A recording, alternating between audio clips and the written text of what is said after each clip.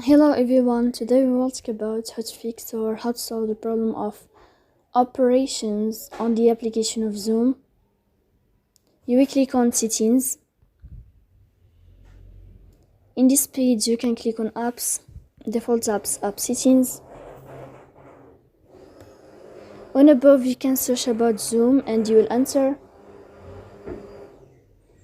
Then you can click on first stop and you can click OK. After that you will enter to the window of storage. Here you can click on clear cache. Don't click clear data because that can cause the errors, you can delete your account.